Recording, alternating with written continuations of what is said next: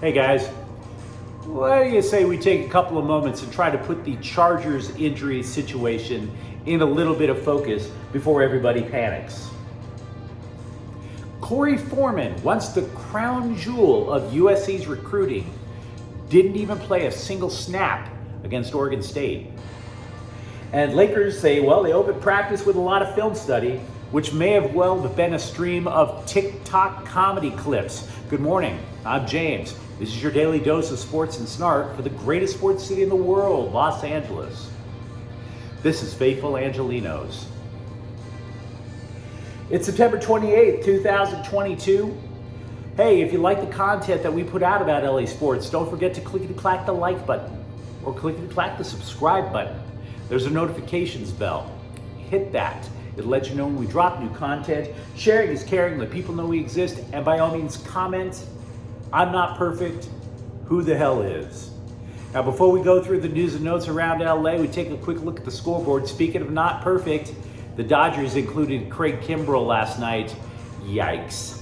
He gives up a walk-off, bases-loaded walk in the 10th inning.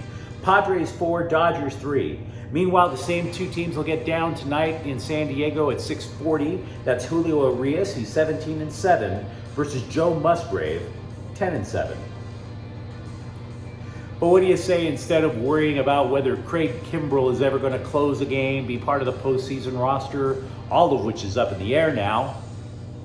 What do you say we talk about the Chargers? Because, man, they've got a lot of stuff. They've got so many injuries that unless you take a moment and breathe, you could panic. You could freak. There's 7, 8 key players that are not participating or in extremely hampered participation for the team right now. So let's just take a look and judge the impact. And by the way, as a side note, before we go into the Chargers, we, before the year, was talking about how the AFC West was probably the toughest division in football. We might have to reassess that, but I don't think we have enough information to do it. I want to wait at least another week. Let's start off with the quarterback, Justin Herbert. Now, some of these players, we do not have quote-unquote updates. We're just simply trying to provide a better focus. Justin Herbert, fractured rib cartilage, not a broken rib, rib cartilage. We saw him on Sunday. He tried to tough through it, and honestly, he looked awful.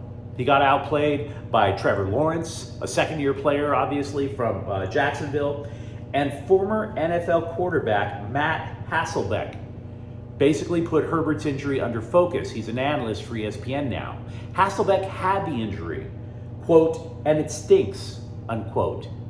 Why does it stink? Well, it's not just about whether or not you're playing skittish, trying to protect your ribs. It's not about whether you can run. It's not only about how you throw.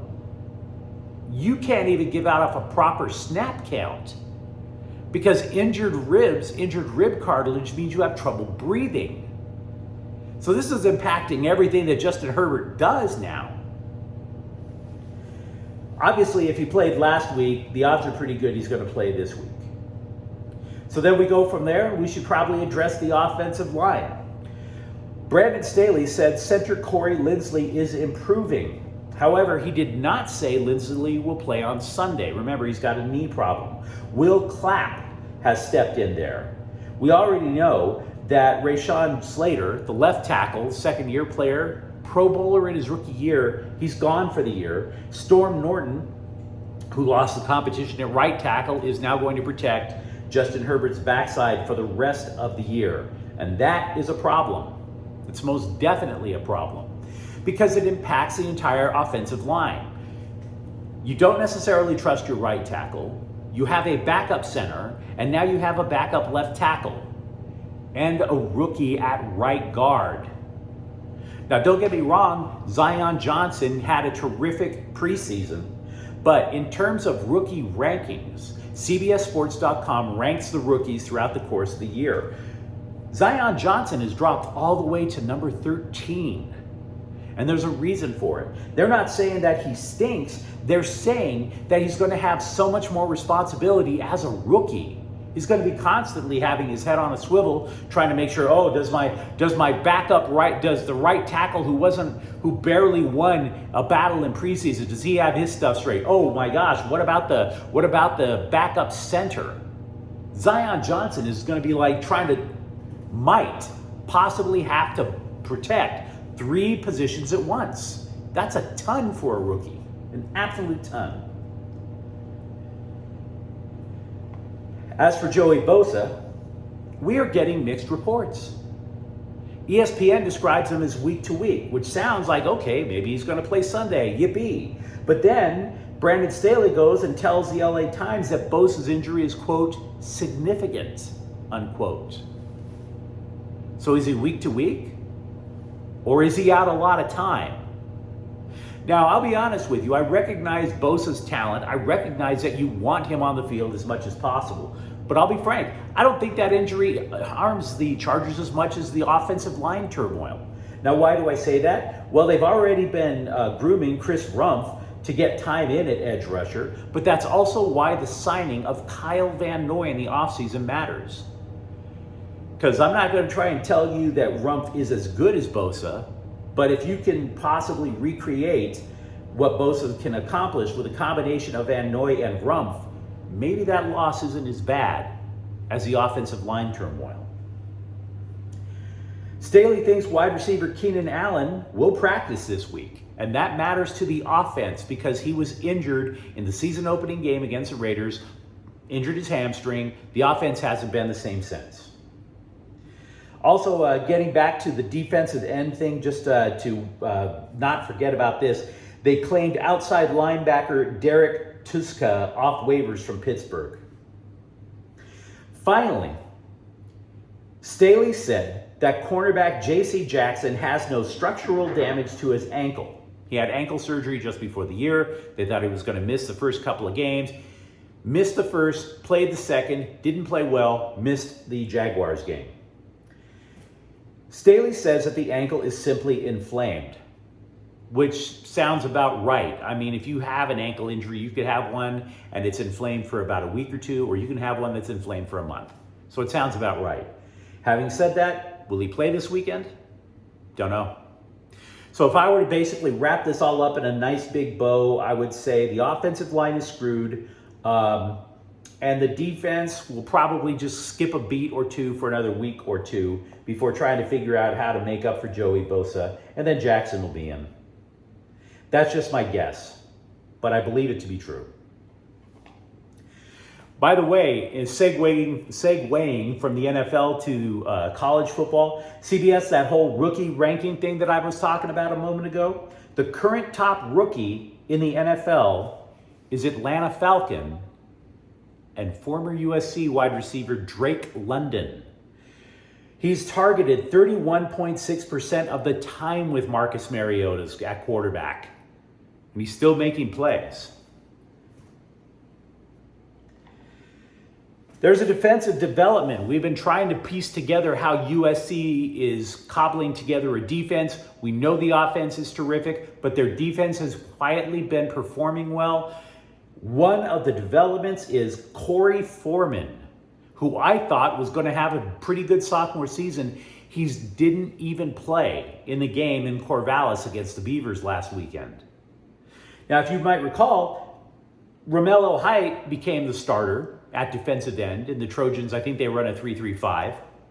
Foreman was supposed to be the backup, give a little bit of depth, but then Romello jacked up his shoulder against Stanford and he's gone for the year. Solomon Byrd simply took that position away.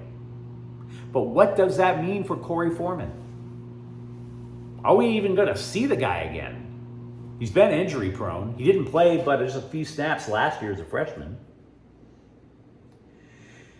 There is a clip that you can see on Twitter and YouTube of center Brett Nealon, who basically on a critical fourth down play in the game-winning drive, it was 4th and 6. Caleb Williams tried to scramble for the first. He got stopped 1 yard short.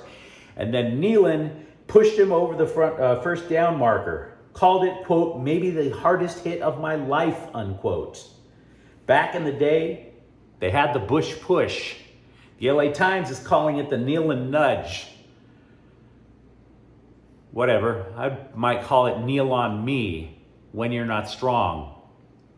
But that's just puns. And I hate puns. Never liked puns. Darvin Ham opened practice for Lakers season yesterday with film study. Lots of film study on defense. Basically, one of the things that he definitely did right is he did not show Milwaukee Bucks clips. He wasn't trying to tell players like LeBron James, hey, I want you to play like Giannis. He didn't tell all these players who they should emulate. Instead, he had the analytics people put up a bunch of clips of Lakers miscues and trying to make a comparison as to what he wants on defense. There's going to be a theme: contain, contest, control. And since it was film study, at least that's one day without Laker drama. No games, no practices, nobody complaining about Russell Westbrook or vice versa. It's just watching videos. So it's one more day without Laker drama. Slow clap for the guys in purple and gold. Very happy to see that one day we don't have to hear BS. By the way, Lakers owner Jeannie Buss has invested in pro wrestling. Yeah, she likes it now.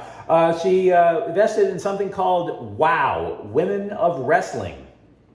She said she's only become a wrestling fan recently because she didn't like how women were treated. She thought it was a sideshow. Quote, I thought it was going to be mud wrestling or jello wrestling, said the woman who posed nude for Playboy. Let's get some Dodgers news. Tony Gonsolin struck out 2 in 2 shutout innings in his rehab assignment in Oklahoma City. He could rejoin the rotation as soon as this weekend. David Price is off the injured list. Yancy Almonte might be activated today, but Blake Trinan said even though his shoulder feels better, he doesn't know if he's going to be ready in time for the playoffs. The most valuable MLS franchise, according to something called Sportico, is LAFC at $900 million. Number 2, well, that would be the Galaxy, $865 million. Who cares? Big money problems, and I don't have that big money. By the way, the website 538 suggests that the Galaxy have a 94% chance of making MLS playoffs. Keep in mind, these are the same groups, same guys who said that Hillary Clinton had a 96% chance of beating Donald Trump. So there's that. Jonathan Quick has been tabbed as a candidate to regress this year for the Kings, according to The Athletic. Now you could guess why. Quick, he was struggling for a couple years, had a massive comeback toward the end of last year, but he's 37, and predicting how older goaltenders are going to perform is a very volatile proposition. We talked a little bit about USC football. Let's mention at least a note or two about UCLA. You know how media outlets now, they're always trying to generate conversation. So they're going beyond the top 25. There are about 3 or 4 media outlets who rank every single college football team. So you might be saying to yourself, where does UCLA fit in? According to ESPN, UCLA should be ranked around 38, and The Athletic tabbed them at 40. If you think that's fair, I think it probably is. Probably. Let me know what you think in the comments thread. Also, regarding UCLA, they began basketball practice for the upcoming season on Tuesday. Any notes? Absolutely not. Now, if you enjoyed this content, don't forget to like and subscribe to Faithful Angelenos. We talk LA sports here. We'll be back tomorrow. I'm James. Thanks for watching. Faithful Angelenos is a Kian Corta El Queso production. Take care.